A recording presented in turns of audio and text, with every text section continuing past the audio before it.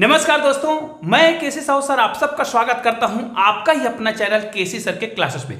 दोस्तों आज का जो वीडियो है ना वो बहुत ही शानदार है, बहुत ही महत्वपूर्ण है, क्योंकि आप सभी जानते हैं जब हमें किसी संख्या को कहा जाता है कि आप इसको नंबर लाइन पर दर्शाओ, संख्या रेखा पर दर्शाओ, तो हम उसको बहुत ही आसानी से दर्शा सकते हैं। लेकिन क्या आप अपरिमेय संख्याओं को, मतलब जो संख्या वर्गमूल में दिया है, क्या उसको हम बहुत ही आसानी से इस प्रकार नंबर लाइन में दर्शा सकते हैं? और यदि हाँ तो बहुत अच्छी बात है। और यदि आप सीखना चाहते हैं कि वास्तव में अपरिमेय संख्याओं को नंबर लाइन में दर्शाने का सबसे सरल तरीका क्या है, बहुत ही आसानी से आज मैं बताने वाला हूं। आज के वीडियो को पूरा देखिएगा। और हाँ, ऐसे ही शानदार वीडियो के लिए आपने चैनल को अभी तक सब्सक्राइब नहीं किया होगा ना, तो प्लीज चैनल को सब्सक्राइब करके बेल आइकन को प्रेस कर दीजिएगा और ऑल को टच करना ना भूलिएगा, ताकि ऐसे ही बेहतरीन वीडियो का नोटिफिकेशन आपको मिलता रहे और आप उन वीडियो का लाभ उठाते रहे। तो आइए दोस्तों आज का वीडियो प्रारंभ करते हैं। जैसे अगर हमें कोई ये कहे कि हमें वर्गमूल 2 को इस संख्या रेखा पर दर्शाना है, 2 को दर्शाना तो बड़ा आसान है, लेकिन हमें वर्गमूल 2 को दर्शाना है, या फिर अंडर रूट 3 को इस संख्या रेखा पर दर्शाना है, 3 को दर्शाना तो बड़ा आसान है, लेकिन वर्गमूल 3 को दर्शाना है। इसी प्रकार आप कोई भी संख्या को इस संख्या रेखा पर बहुत ही आसानी से दर्शा सकते हैं आज के वीडियो को पूरा देखने के बाद। इसके लिए क्या करना पड़ेगा, हमें इनको नाम देना पड़ता है। ठीक है, तो चलिए हम यहां पर इसको नाम दे देंगे। मान लीजिए हम ये बोलते हैं कि ये जो है क्या है, ए है और ये बी है। क्योंकि इसको हम नाम देंगे तब हम इस पर संक्रिया लगा पाएंगे। देखिए इसको मैं इस प्रकार लिख सकता हूं, जैसे अंडर रूट 2 दिया हुआ है, इसको हम किस रूप में लिख सकते हैं, 1 + 1। ऐसा क्यों? देखिए हमें वर्गमूल 2 को इस संख्या रेखा पर दर्शाना है, तो हमने यहां पर 1 + 1 लिखा, क्योंकि इसको जब हम जोड़ेंगे तो इतना ही तो आएगा। ठीक है, लेकिन हमें क्या करना है, अब इनको अलग नाम देना पड़ेगा और इनको अलग नाम देना पड़ेगा। तो चलो ये वाला जो मान है उसको हम मानते हैं ए बी। ठीक है, इसको तो हमने यहां से यहां तक को ए बी मान लिया, और इसकी इकाई जो है ना 1 है। आप ना इस प्रकार के चित्र को ग्राफ पेपर में बनाकर हल कीजिएगा, आपको बहुत आसानी से समझ आएगा। और हाँ, आप लोग डिवाइडर का प्रयोग जरूर कर लीजिएगा। मैं चूंकि बेसिक चीज समझा रहा हूं, इसलिए आपको बहुत ही आसानी से इसी में समझ आ जाएगा। ठीक है, अब देखिए हमने यहां से यहां तक तो ए बी मान लिया। अब हमें क्या करना है, इनका मान, ये वाला जो मान है वो भी एक इकाई ही है।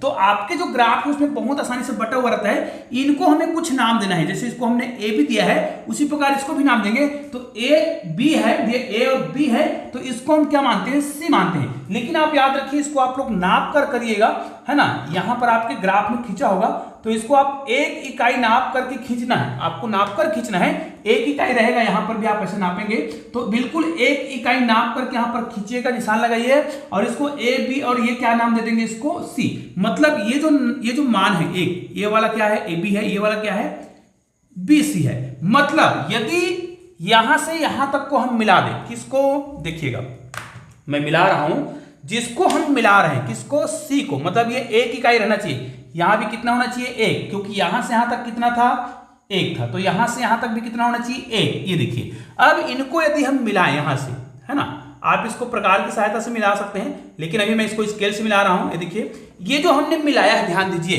क्योंकि आपको पता है ये 1 है और ये भी 1 है, तो भाई इन दोनों को हमने जोड़ा है, तो ये जो मान आ रहा है, क्या इसमें हम पाइथागोरस प्रमेय का लागू कर सकते हैं, मतलब पाइथागोरस प्रमेय को लागू कर सकते हैं? बिल्कुल। देखिए ये जो रूट दिख रहा है, ये देखिए ये क्या हो गया, ओसी हो गया। उदाहरण के लिए क्या है, ओसी है, तो भाई ओसी का जो स्क्वायर होगा, ओसी का जो स्क्वायर होगा वो क्या होगा, पाइथागोरस प्रमेय में लंब का वर्ग और आधार का वर्ग। तो ये आधार का वर्ग है और ये लंब का वर्ग है, अर्थात यहां पर हम लिखेंगे ए बी का स्क्वायर प्लस यहां पर क्या लिखेंगे, बी सी का स्क्वायर। ये देखिए इनका स्क्वायर होगा और इनका स्क्वायर। यहां पर देखिए मुझे ओसी का मान निकालना है, तो ओसी का मान इधर, अभी तो ओसी स्क्वायर है, तो ए बी का मान, ए बी स्क्वायर का मान, चलो ए बी का मान हमने क्या माना है, 1, तो 1 का स्क्वायर करेंगे तो 1 ही होगा, ये तो हो गया।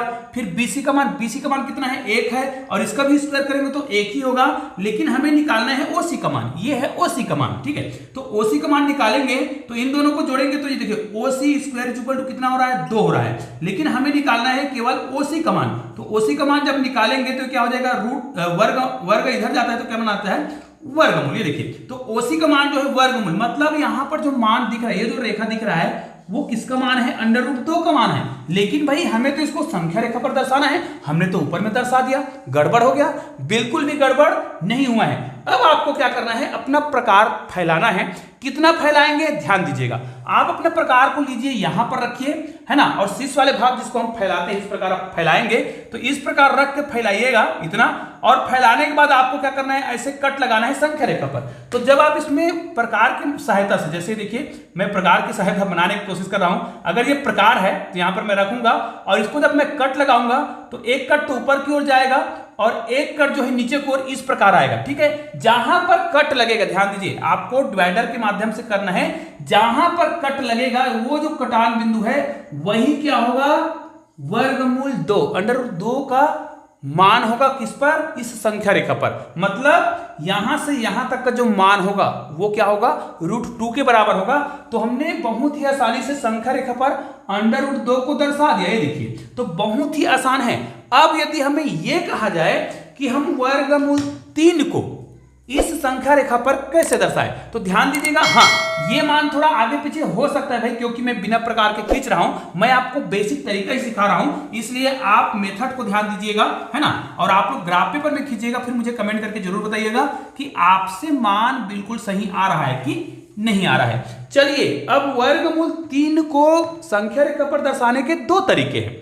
अब उन दोनों तरीकों में से जो आपको अच्छा लगे उस तरीके का प्रयोग आप कर सकते हैं। जैसे अब मुझे क्या करना है, ये जो वर्गमूल 3 जो दिख रहा है ना, इसको मैं 2 प्रकार से लिख सकता हूं, या तो क्या लिखूंगा 2 + 1, क्योंकि इनको जब मैं हल करूंगा तो इसका मान कितना आएगा, निश्चित रूप से √3 आएगा, आप हल करके देख सकते हैं। लेकिन हम इनको इस रूप में देखो, इनको 2 प्रकार से हल करा जा सकता है। जैसे यहां से यहां तक कितना है, 1 है, और यहां से यहां तक भी कितना है, 1 है। लेकिन इसी में यदि मैं पुनः 90 अंश का कोण बनाते हुए, 90 अंश का कोण किस में बनाएंगे, इस रेखा पर, कौन सी रेखा पर, ओसी रेखा पर। यहां पर आपको क्या रखना है, चांदा रखना है, और 90 अंश का कोण यहां पर बनाना है। ओसी पर 90 अंश का कोण बनाते हुए एक रेखा खींचेंगे, जो इनका जो मान है वो भी 1 इकाई ही होगा, इसका मान भी यहां से यहां तक, चलो इसको हम मानते हैं t, तो ये जो मान होगा वो भी 1 इकाई ही होगा, तभी तो आपको √3 का मान मिल पाएगा, क्योंकि यहां से यहां तक 1 इकाई है, यहां से यहां तक फिर 1 इकाई है,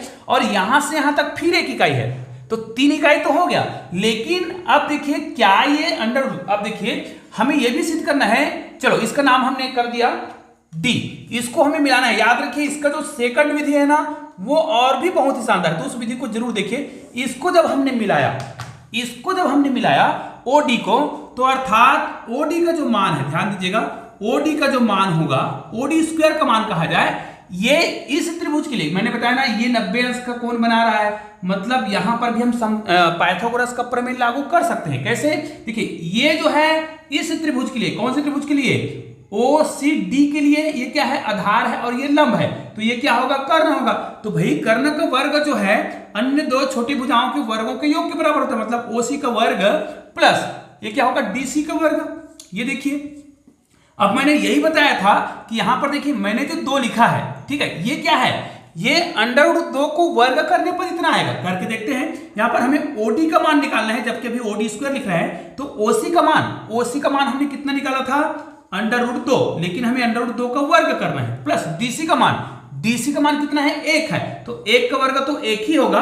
अब हमें OD का मान बहुत आसानी से मिल जाएगा। कैसे, इसको जब आप हल करोगे ना तो यहां पर क्या आएगा, देखिएगा, ये तो आएगा 2 और ये आएगा 1, ठीक है। लेकिन हमें इसका मान निकालना है, जो वर्ग है उसको इधर ले जाएंगे, तो OD = हो जाएगा इस प्रकार, इनको जोड़ देंगे तो ये 3। देखिए OD का मान जो है, अब OD का जो मान है, ये वाला जो मान है वो किसके बराबर है, √3 के बराबर है। लेकिन भाई हमें तो संख्या रेखा पर इसको इधर दर्शाना है, तो इसके लिए क्या करना पड़ेगा, कुछ नहीं करना है, आपको क्या करना है, यहां से O और D के बराबर आपको चाप को फैलाना है, और चाप फैलाकर आपको क्या करना है, यहां से आपको एक कट लगाना होगा। चलो मैं यहीं पे लगा के बता रहा हूं, यहां से आप कट लगाएंगे। ध्यान दीजिए मेरे से, क्योंकि मैं चित्र ऐसे बना रहा हूं, थोड़ा बहुत मान में फर्क आएगा, लेकिन तरीका बिल्कुल सही है। तो ये देखिए यहां से ऐसे करने के बाद जो भी आपको कटान बिंदु मिला होगा, ठीक है, वो निश्चित रूप से आप जो ये मान देख रहे हो, जो कटान बिंदु आ रहा है, वही क्या होगा, ये √3 का मान होगा, मतलब संख्या रेखा पर √3 यहीं पर आएगा। हाँ, यहां से आप क्या करिएगा, ध्यान दीजिएगा, एक दूसरा तरीका भी मैं आपको बता रहा हूं, ये तो बहुत आसानी से हमने √3 को भी संख्या रेखा पर दर्शा दिया। इसी प्रकार आप किसी भी अंडर वाले संख्या को संख्या रेखा पर दर्शा सकते हैं। लेकिन यदि आप ये वाला मेथड नहीं अपनाना चाहते हैं इस वर्गमूल 3 के लिए, तो मैं आपको दूसरा विधि बता देता हूं, जो बहुत ही सरल और शानदार है, तो इसके लिए आपको ये जो ऊपर में हमने चित्र बनाया है उसको बनाने की आवश्यकता नहीं पड़ेगी।